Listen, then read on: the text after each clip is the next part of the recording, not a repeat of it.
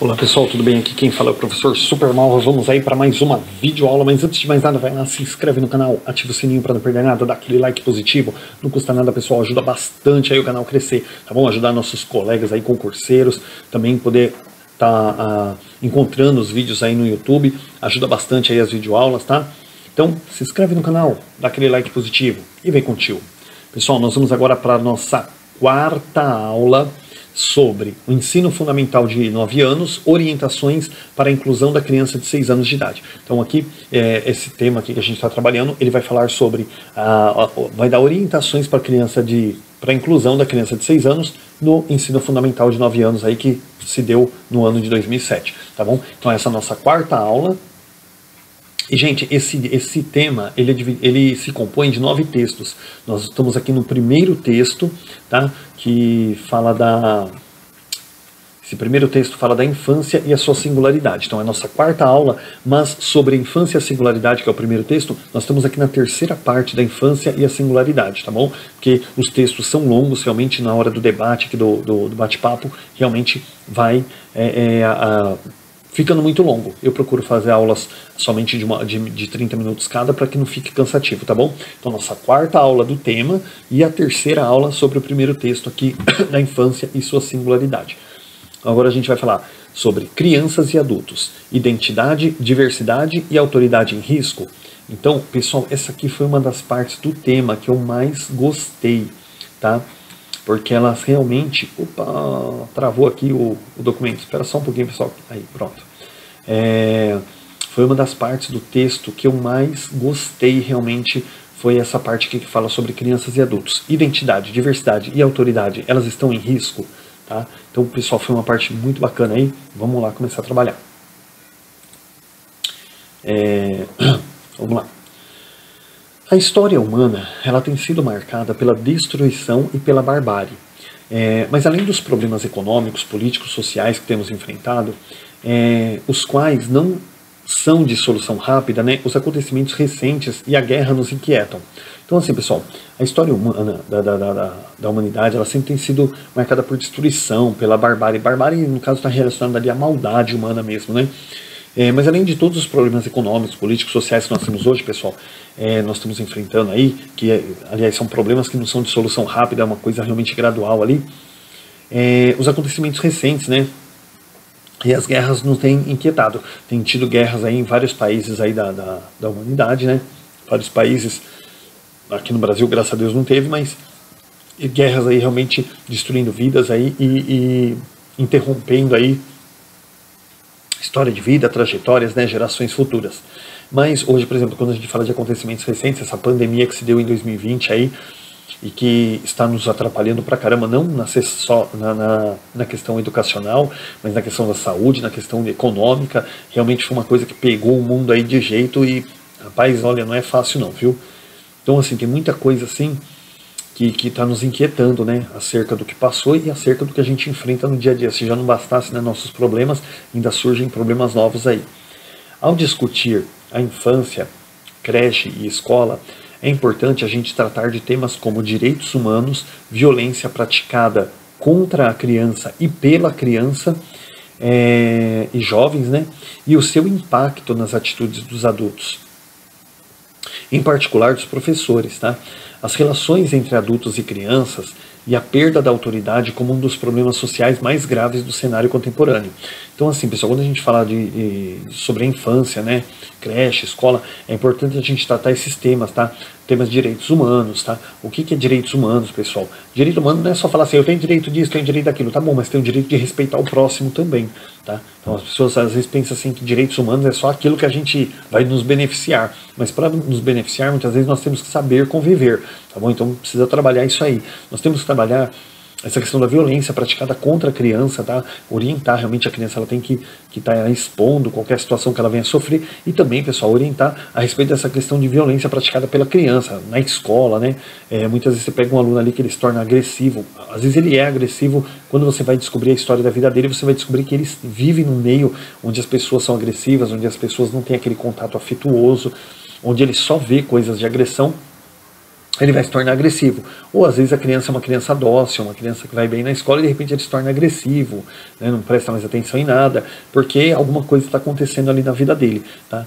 Então, assim, a gente tem que trabalhar também esses temas da violência que é praticada contra a criança e também por ela. E o impacto que tudo isso causa, gente, nas atitudes dos adultos, né? O comportamento de uma criança bom ou ruim, isso vai impactar na atitude que o adulto vai ter com ela, em particular nos professores. Porque o professor, normalmente, quando ele pega um aluno ali que só dá trabalho para ele, muitas vezes é muito difícil você ir lá trabalhar, saber o que está acontecendo com a criança, porque às vezes a criança nem permite aquilo, ela não se expõe, ela não se expressa. Então fica difícil você saber. Aí muitas vezes tem que chamar o pai, a família. A família é uma família desestruturada que ainda vai bater na criança achando que a criança está contando alguma coisa e a criança está contando nada. Mas às vezes está acontecendo uma coisa grave dentro de casa. Então, gente, é muito difícil isso. E essas relações entre os adultos e as crianças, elas vêm se perdendo.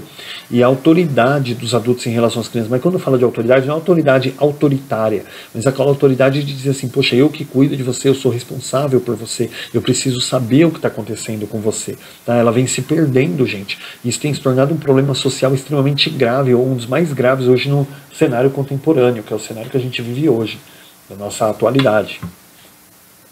Na modernidade, gente, a narrativa ela entra em extinção porque a experiência vai definhando, sendo reduzida a vivências, né? E em reação aos choques, né? Mudanças nos compromissos aí da vida cotidiana.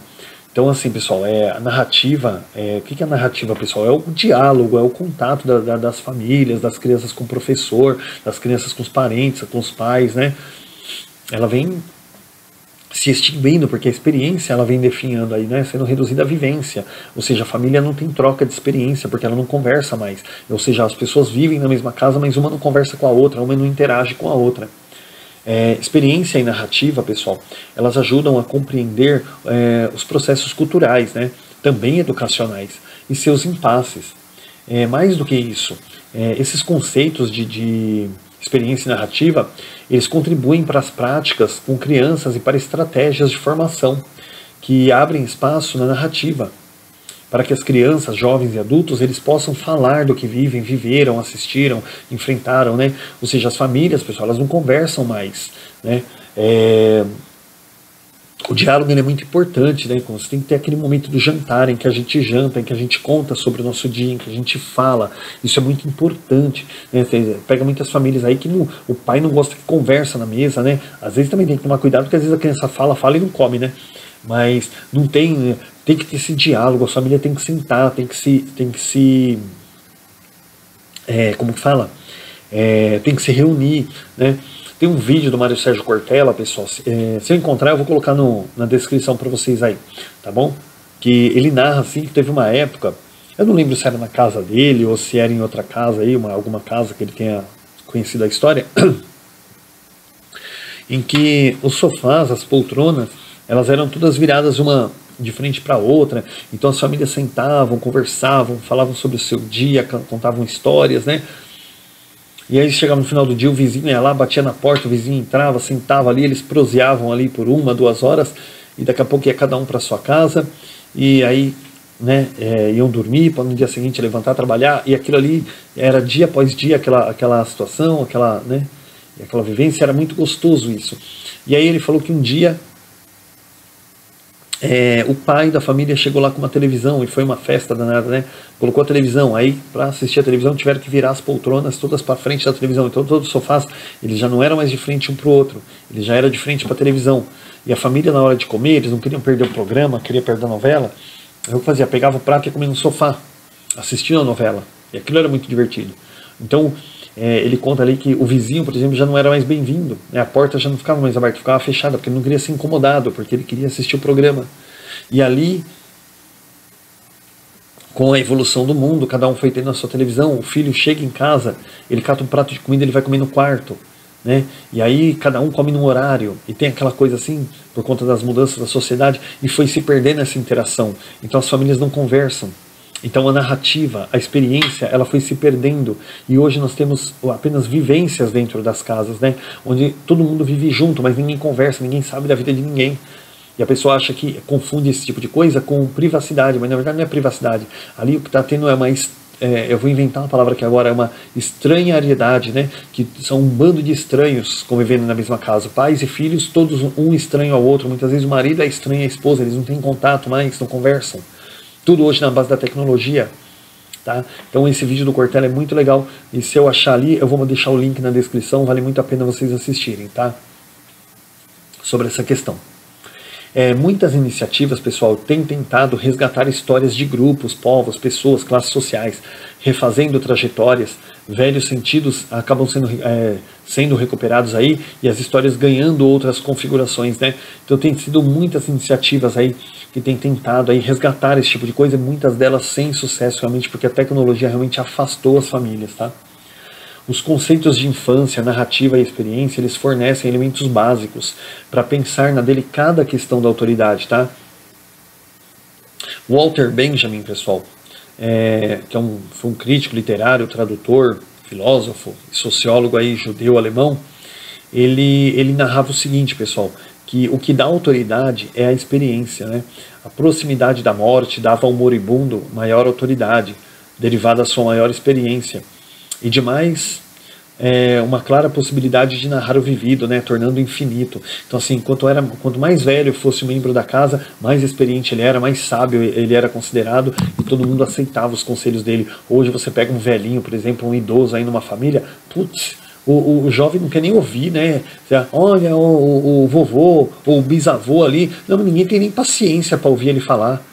E antigamente o velho, o idoso, ele tinha um conjunto de experiência muito grande de vida. Então ele era respeitado ali como uma pessoa importante na família. Hoje, gente, é uma pessoa desprezada, às vezes nem o próprio filho casado ali, às vezes nem o próprio filho quer ouvir o pai, né? Quer ouvir a sua experiência, acha, já vem ele aí com esses conselhos, né? Hoje a juventude está nessa promiscuidade e mandando nudes aí, né? Nas redes sociais. Aí às vezes o vovô fala, olha, você tem que se preservar, moça, porque se você fizer esse tipo de coisa, nenhum rapaz vai te respeitar. Ah, você é quadrado, você não sabe disso. Hoje está desse jeito, eles não ouvem mais os conselhos, tá? Essa narrativa ela vem se perdendo, essa questão da experiência, a autoridade do adulto sobre a criança veio diminuindo aí a ponto de hoje praticamente nem existir, tá? Pessoal, é no outro que a narrativa se enraiza, tá? O que significa que a narrativa, pessoal, ela é fundamental para a constituição do sentido de coletividade, tá? Em que cada qual aprende a exercer o seu papel. Então, assim, pessoal, quando a gente se baseia no outro, aquela pessoa que vive do lado da gente ali, conhece a história dela, a experiência dela, ouve ela, se reúne com ela, socializa com ela, conversa com ela, né? A partir disso aí, a narrativa vai se enraizando, mostrando aí que o contato, pessoal, o diálogo, a narrativa ela é fundamental para a constituição do sentido de coletividade, de viver em grupo, tá? Em cada qual, no sentido de que cada qual aprende a exercer aí o seu papel. Eu vou dar um exemplo aqui, pessoal, do filme Crepúsculo. Todo mundo aí já deve ter assistido aí dos vampiros, com o lobisomem lá. O Crepúsculo, pessoal. Acho que no segundo filme tem uma cena lá que se passa numa fogueira, que o Jacob leva a Bella, né? Lá para a aldeia lá dos índios lá, né? E ali eles vão se reunir numa fogueira. E ali os índios mais velhos, eles sentam e eles contam as histórias da tribo, né? E ali o pai do Jacob, que é o Billy Black, né? O nome dele, Billy Black, isso mesmo. O Billy Black, ele conta as histórias da aldeia, ele vai contar a história, inclusive, ali dos vampiros, o primeiro contato que eles teve com os vampiros, que eles tentam ali evitar que os vampiros matem as pessoas ali na redondeza.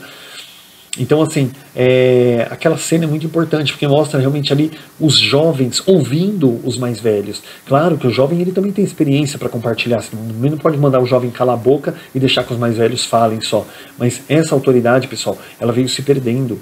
Hoje, né, as famílias não reúnem mais, não conversam mais, não trocam experiências de vida. E vale a pena aí quem nunca assistiu a saga Crepúsculo, quem assistiu, assistir de novo. Mas é no segundo filme, no filme Lua Nova, que a Bella é convidada. Inclusive, aquilo ali é uma coisa até da família, né, dos índios lá, dos lobos. Ela nem poderia participar, mas ela entrou ali como uma convidada especial. Então, assim, no segundo filme lá, Lua Nova, tem essa cena que é muito importante, que mostra realmente essa interação entre as pessoas. Inclusive, pessoal, no último filme da saga Crepúsculo, lá, que é o Amanhecer Parte 2, também tem uma cena em que reúnem lobos e vampiros ali, que eles têm que destruir um mal maior lá. E todos eles sentam na beira de uma fogueira e começam a contar a história, e cada um conta uma história sua de guerra, de alguma coisa assim, e aquilo era uma troca de experiência extremamente importante ali, tá? E são coisas que hoje as famílias não têm praticado, e é muito importante a gente poder praticar, tá bom? Gente, a arte de narrar, ela diminui porque a experiência ela entra em extinção. Em consequência, reduz a autoridade constituída e legitimada pela experiência. Então, assim, gente, quando a gente não tem o diálogo, não tem aquela coisa... Porque o jovem, muitas vezes, pessoal, ele tá com alguma dificuldade, alguma coisa, e através daquele contato com a família, com o vô, com a mãe, com o pai, ali, desde que seja uma família de mente aberta, né, não seja uma família só de críticas também, o jovem vai descobrindo, através das experiências do seu pai, do seu avô, do seu bisavô, ele vai descobrindo ali como uma forma boa ali de resolver um problema que ele está tendo, tá? Então a narrativa, o diálogo, ele diminui, ele tem diminuído muito, porque a experiência tem entrado em extinção. Ou seja, se você não respeita a experiência do mais velho, não aprende com ela, logo o diálogo vai se perdendo, porque você não quer nem ouvi-lo, tá bom? Em consequência, isso vai reduzindo aí essa autoridade que o adulto tem sobre o jovem, tá? Aquela autoridade que foi tão importante, que foi constituída, legitimada aí pela experiência. Ou seja, né, o velho, ele não serve para mais nada, né? Ele, né, só serve ali para morrer logo e dar espaço para outro. Então, assim, tudo aquilo que foi construído, toda aquela experiência que pode auxiliar você acaba desprezando hoje aí, né? E a autoridade aí acaba se perdendo. No que se refere aos desafios das relações contemporâneas entre adultos e crianças, Sarmento, pessoal, alerta para os efeitos da convergência de 3 mudanças centrais, pessoal. Tá? Então, 3 mudanças centrais aí que acabaram contribuindo negativamente aí para essa questão da perda da autoridade, né? Que se tornou aí desafios nas relações hoje contemporâneas entre adulto e criança, que os efeitos da convergência, né, de 3 mudanças centrais: a globalização social, a crise educacional e as mutações do mundo do trabalho. Eu vou tratar aqui, eu vou ler mais um texto para poder explicar esse de cima, tá bom? Trata-se de um paradoxo duplo. Os adultos permanecem cada vez mais tempo em casa graças à mudança nas formas de organização do trabalho, ou seja, muitas pessoas aí trabalhando em home office, né? E ao emprego, primeiro aí pela questão desse crescimento das empresas virtuais, né? Muitas pessoas trabalham com home office, trabalham dentro de casa, que é muito mais prático ali e tal. E é o desemprego crescente também, pessoal. Enquanto as crianças saem mais de casa, sobretudo por conta de sua crescente permanência nas instituições. Há deste modo como uma troca de posições entre gerações, né? Este é um dos mais significativos efeitos gerados pelas mutações do mundo do trabalho. Então vamos lá. Então, quando a gente fala assim sobre os desafios das relações contemporâneas hoje entre o adulto e a criança, se refere no que, pessoal? A globalização social, tá? Onde todo mundo tem acesso a tudo. Eu falei isso acho que na primeira aula ou na segunda. Essa questão realmente do excesso de informação que a criança recebe por parte da rede social, parte da internet.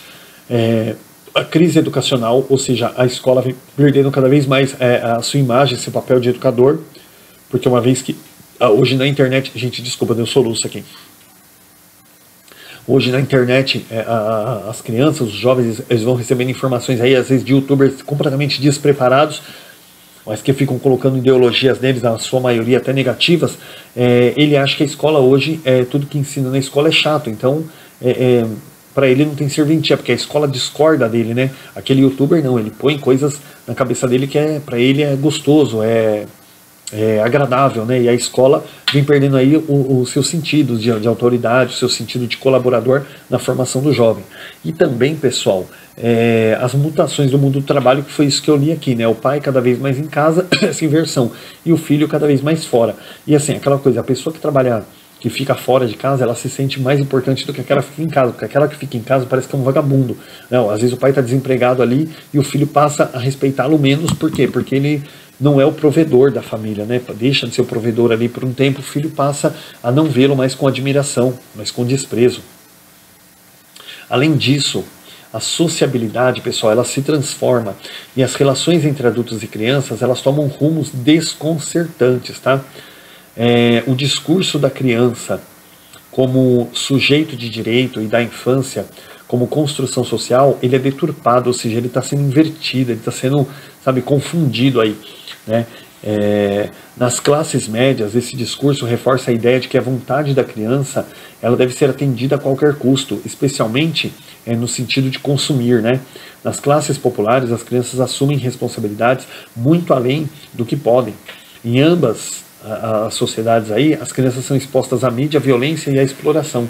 Então, assim, pessoal, esse discurso de que a criança ela é um sujeito de direito na infância, na construção social, ele vem sendo aí invertido, ele vem sendo aí deturpado, né, passado de uma forma completamente diferente do seu contexto, tá? Ou seja, nas classes médias tem reforçado essa ideia de que você tem que fazer tudo que a criança quer, tá? A vontade da criança ela é soberana, então você tem que fazer o que o filho quer, porque se você não fizer, ele se joga no chão, ele faz escândalo, e o filho do pobre já é o contrário, é aquele filho que é oprimido, ele tem que, voltou lá naquela coisa da educação tradicional, o filho do pobre ele tem que trabalhar, ele tem que ajudar o pai, ele tem que assumir responsabilidades, só que em ambas essas culturas, seja na classe social média ou na classe baixa, as crianças elas são expostas à mídia, elas são expostas à violência, são expostas à exploração, tá? Então isso é um grande problema que a gente está tendo aí.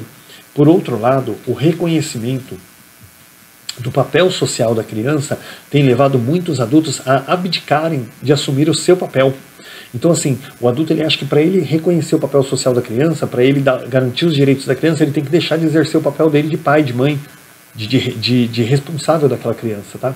Então, para usar a concepção de infância como sujeito, como desculpa, parecem usar a concepção da infância como sujeito como desculpa para não estabelecerem regras, né? Não expressarem seu ponto de vista, não se posicionarem.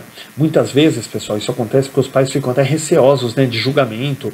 Por exemplo, às vezes está no mercado com a criança ali, a criança começa a fazer um escândalo, o pai vai dar uma palmadinha, já tem um monte de celular ali filmando o pai e a mãe para julgar aquela criança, joga lá na internet. Quantas vezes a gente vê? Muitas vezes a gente vê a mãe batendo numa criança ali e pensa assim, essa mãe está espancando a criança. Você não sabe o que a criança fez para aquela mãe.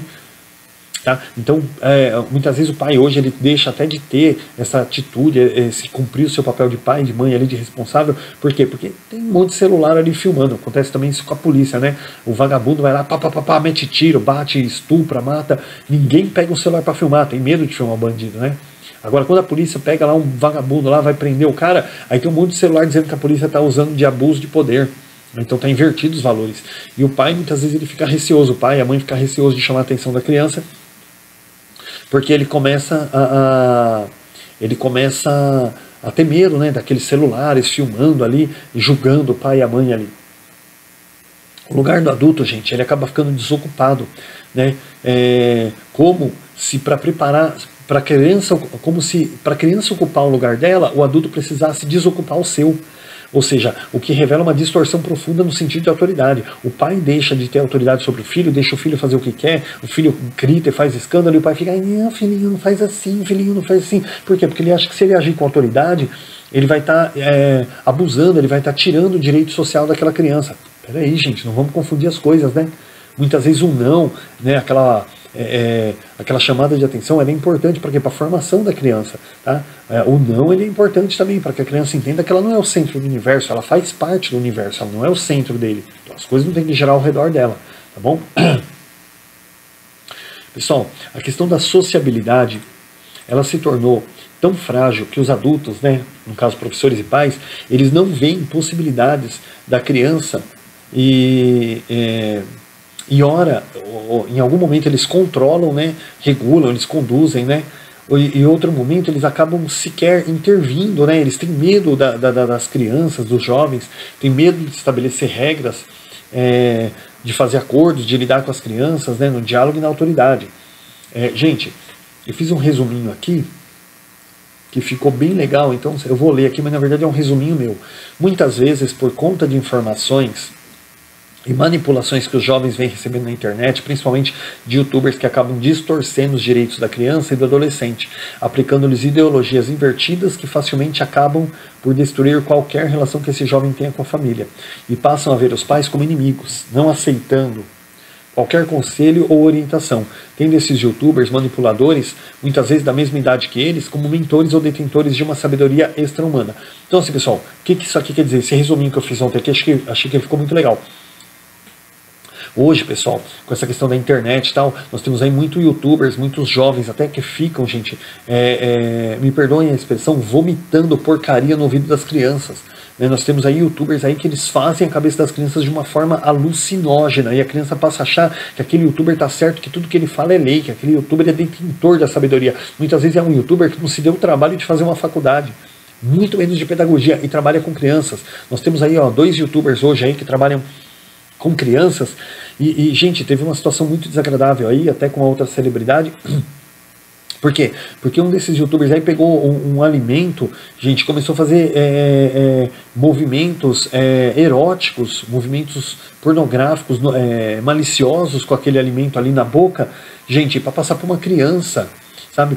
Como se a criança tivesse maturidade para lidar com aquele tipo de coisa. E teve até uma celebridade que entrou no meio aí, comprou uma briga danada com essa pessoa. Então, assim, são pessoas que ganham uma fortuna, gente, trabalhando com criança e vendendo conteúdos podres, conteúdos sujos, conteúdos nocivos para aquela criança, tá? E eles têm enriquecido aí grandemente, passando coisas que vão afetar a vida daquela criança de forma negativa pro resto da vida.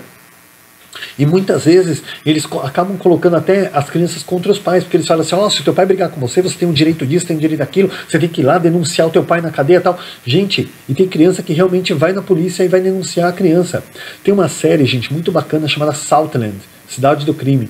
E o Southland, tem aquele ator Ben Mackenzie, né, que fez o O.C., fez o Gotham também.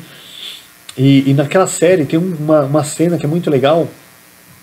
Eu vou ver se eu acho, eu coloco também aqui na descrição para vocês assistirem aquela cena que o policial chega bravo, né, lá, e a criança explica, né, ele chamou a polícia foi lá para ver o que está acontecendo, cara, estava tendo uma agressão, ele estava sendo agredido pela mãe. E quando o policial chegou lá, o policial falou assim, peraí filho, deixa eu ver se eu entendi a história. Você chamou a polícia para sua mãe, porque a sua mãe estava te batendo, porque você, sei lá, não queria ir para a escola, ou não queria fazer alguma coisa assim. E aí o policial catou a cinta, deu na mão da mãe e falou assim, bate de novo. Bate de novo. Aí o menino ficou assim assustado, né? Ele falou assim, se você chama a polícia de novo, se você chama a polícia de novo porque a tua mãe está tentando educar você, tudo bem, pessoal, era educar ali de uma forma, de uma cintada, mas vai saber qual que era o contexto em si ali, né? E a questão foi, o menino chamou o policial porque a mãe estava corrigindo ele, tá? Tudo bem que ali era uma questão da cinta, mas a questão gente, às vezes hoje nós temos esses youtubers que estão colocando os filhos contra os pais. Às vezes o pai não pode nem chamar a atenção que o filho já quer denunciar, olha, meu pai está tendo abuso de autoridade. E esses youtubers estão enfiando tanta porcaria na cabeça das crianças, só que quem cuida daquela criança? Quem é que dá comida? Quem é que dá o banho? Quem é que cuida? Quem é que dá carinho para aquela criança? Quem dá o remédio para aquela criança? É o pai e a mãe.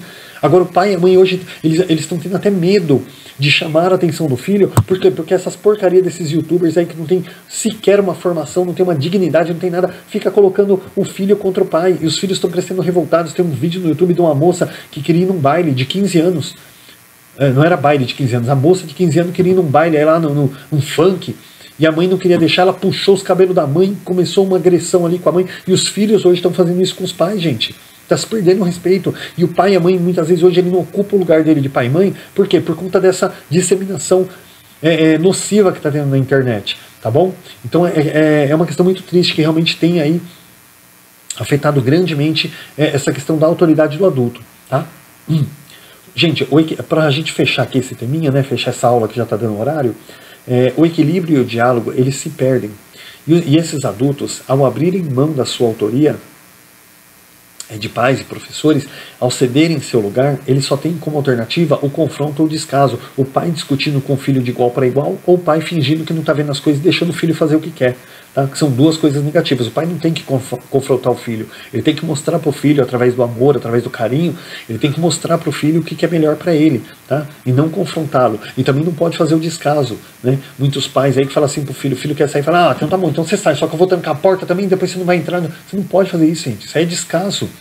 Deixar o seu filho fazer o que quer, não, você tem que mostrar, filho, você não pode e tal, olha, lá é perigoso, lá vai fazer assim e tal, então você tem que orientar, tá bom? Então você não pode confrontar o filho e nem tratar com descaso, você não pode ceder o seu lugar de autoridade, tá? Sem abuso de autoridade, é claro. No centro dessa questão parece se manifestar uma indisponibilidade em relação às crianças, tá? Uma das mais perversas mudanças de valores dos adultos. Perguntas ficam sem respostas, transgressões ficam sem sanção, dúvidas ficam sem esclarecimento, relatos ficam sem escuta. Gente, isso aqui se dá por uma questão muito complicada, que é o que, gente? Essa indisponibilidade em relação às crianças. Tem pai, gente, que eu trabalho, que eu chego na... Tem pais, gente, que eu chego eu vejo assim, chega na escola, mal pega a criança, vai lá e enfia uma chupeta na boca da criança. A criança quer contar o dia dela, quer contar a experiência dela, quer contar o que ela fez na escola. O pai vai lá e tá com a chupeta, a mãe, né, tá com a chupeta na boca da criança, não quer ouvir a história da criança, gente. Tá? Isso é muito triste, isso é muito negativo. Porque a criança, uma vez que ela não consegue se expressar, ela não vai ver no sentido na vida dela, né? Uma vez que tudo que ela faz não tem valor pro adulto. Tá? Então isso é muito importante. E a criança pergunta as coisas pro pai porque ela tem curiosidade, o pai não responde, o pai finge que não está ouvindo. Então as perguntas que ficam sem respostas, transgressões daí que ficam sem sanção, ou seja, a criança faz uma coisa errada, o pai não vai lá, não chama a atenção da criança, acha que tudo é bonitinho. Tá? Isso também é uma coisa muito negativa. Né? Dúvidas que ficam sem esclarecimento, quando a criança faz uma pergunta, ela tem uma dúvida lá, o pai não responde, não esclarece a dúvida dela. Tá? Quando a criança conta alguma coisa pro pai, a mãe não finge que não está escutando. Tem uma coisa que é engraçada que eu comento. Muitas vezes a minha filha, ela chegava da escola, ela era um pouquinho menor, chegava da escola, a menina chegava assim, gente, virada no giraia, lá, contando cada segundo da escola. Tinha dia que eu abria uma cerveja, sentava e ficava ouvindo ela tomando uma cerveja, porque o negócio não acabava nunca, mas eu ouvia. Minha esposa falava, meu Deus do céu, você tá bebendo cerveja na frente da menina. Eu falei, eu tenho que... A história é comprida aqui. E muitas vezes até ia contar uma coisa, minha esposa, ai filha, pelo amor de Deus, conta logo. E não pode fazer isso aí, né? Não é que a minha esposa tá errada, pelo amor de Deus. Aqui a minha esposa aí é professora da rede estadual, da rede municipal, então pegava aí 11 horas de aula por dia, chegava cansado em casa, né? Aí chegava aqui a filha e ainda queria contar toda a história. Mas é importante você ouvir. Tá? Você ouvir a criança, você responder as perguntas dela, esclarecer as dúvidas dela. Tá? Você não pode ter essa indisponibilidade para o seu filho, gente. Tá? Eu cheguei cansado do serviço, não quero ouvir ninguém. Gente, você não pode fazer isso. Tá? Senão isso aí realmente distancia a relação entre o pai e o filho e diminui essa questão também da autoridade do adulto com a criança. Tá? Com a perda da capacidade do diálogo, na modernidade, as pessoas elas só conversam sobre os preços das coisas. Gente, para finalizar essa aula aqui com esse parágrafo... Hoje com essa questão da perda do diálogo, as famílias não conversam mais. Então, por exemplo, eu já briguei muito com a minha esposa aqui, porque eu falava para ela assim, a gente não conversa, a gente só conversa, você só conversa comigo para falar de conta. Né? Hoje é dia de pagar isso, amanhã é dia de pagar aquilo, não pode gastar no cartão de crédito. Tá bom, aí depois eu sentava, eu vou subir. Vai subir, cara, a gente não conversou, a gente tava conversando até agora. Eu falei, mas de conta? E todo dia, né, só conversava de conta. Eu falei, não, vamos esquece as contas, pelo amor de Deus. Vamos sentar, conversar como um casal. Né? Então, assim, é importante esse diálogo, não é só falar sobre hoje o negócio estava caro, hoje tinha olha, vamos pagar essa conta, tal. Não é só disso, gente. Tem que falar do trânsito. Hoje eu peguei um ônibus, estava cheio o ônibus. Olha, hoje foi demorado. Hoje eu encontrei uma mulher no ônibus que ela fez assim. Gente, tudo isso é importante. Esse diálogo é importante. Mas que relevância tem eu saber que uma mulher sentou no ônibus e não te deu lugar? Mas a pessoa quer contar de uma frustração que ela teve. E quando ela tem aquela frustração, ela chega em casa chateada. E quando você ouve aquilo, você fala, que pena, né? Poxa, mas agora que legal, você tá aqui com a família, né? Esquece aquela mulher lá, tal. Então você acalma a pessoa, né? Através daquela afetividade, tá? Olha como é importante a pessoa contar o dia dela, se foi bom ou se foi ruim. Às vezes você teve um dia tão ruim. Chega lá um da sua casa, conta, fala assim, puxa, hoje foi tão legal no serviço, foi assim, assim, assim. Você fica feliz por ele e você acaba esquecendo ali que o seu dia não foi tão bom. Então é importante esse diálogo, tá? E não conversar só sobre coisas úteis dentro de casa lá, sobre, né, acabou o gás, olha, tem que pagar isso. Não, conversar sobre coisas inúteis também ali, que diz respeito à nossa vida, né? Hoje eu tava indo pro serviço, tal, aí eu vi um homem sentado lá, assim, puxa, não tava fazendo nada. Aí, né, chegou um policial, começou a abordar ele ali, no fim acabei passando, não vi o que aconteceu. Tá, mas que relevância de uma história dessa? Você nem sabe qual foi o final da história. O final da história a gente pode criar agora. De repente era um homem ali que o policial observou, que estava numa situação suspeita, podia estar vendendo droga. De repente o policial chegou porque o homem estava passando mal, ele percebeu que o homem não estava bem. A gente pode dar até um final para essa história, mas é importante você ouvir relatos, conversar sobre coisas inúteis, porque isso aí a gente está tendo aquela experiência, aquela troca de experiência. Tá? Então não é simplesmente chegar e conversar sobre contas ou sobre as notas da escola do filho, não. É conversar bobagem também, gente. Tá? Porque bobagem na televisão todo mundo adora assistir, né? Pega a internet, liga no YouTube e vê bobagem. A minha esposa reclama que eu fico muito no Facebook. Eu quase não posto coisa no Facebook, mas eu adoro ver aquelas bobagens que o pessoal posta. Só que bobagem por bobagem, vamos conversar bobagem entre a família. Vamos dar risada. Vamos conversar das bobagens aqui que a gente tem. Porque essa interação entre a família é importante. Hoje vocês veem, por exemplo, gente, para finalizar a aula aqui, que acho que já está ficando grande. Hoje vocês veem, por exemplo, está com 34 minutos. Hoje, por exemplo, nós vemos aí essa questão da... Puxa, vou encerrar a aula porque acabei perdendo o contexto aqui, mas era uma bobagem que eu ia falar, né? Puxa, esqueci mesmo. Se eu lembrar, eu falo na próxima aula. Que agora eu fui falar aqui dos minutinhos e acabei esquecendo. Estava falando da interação, das conversas, das bobagens, né? E acabei perdendo aqui. Mas fica para a próxima aula aí se for importante, tá bom? Então, pessoal, vamos dar uma pausa aqui. A gente continua a próxima aula, que já está com 35 minutos aqui essa aula, tá? Se eu lembrar até lá, eu falo. Senão a gente toca aí a aula.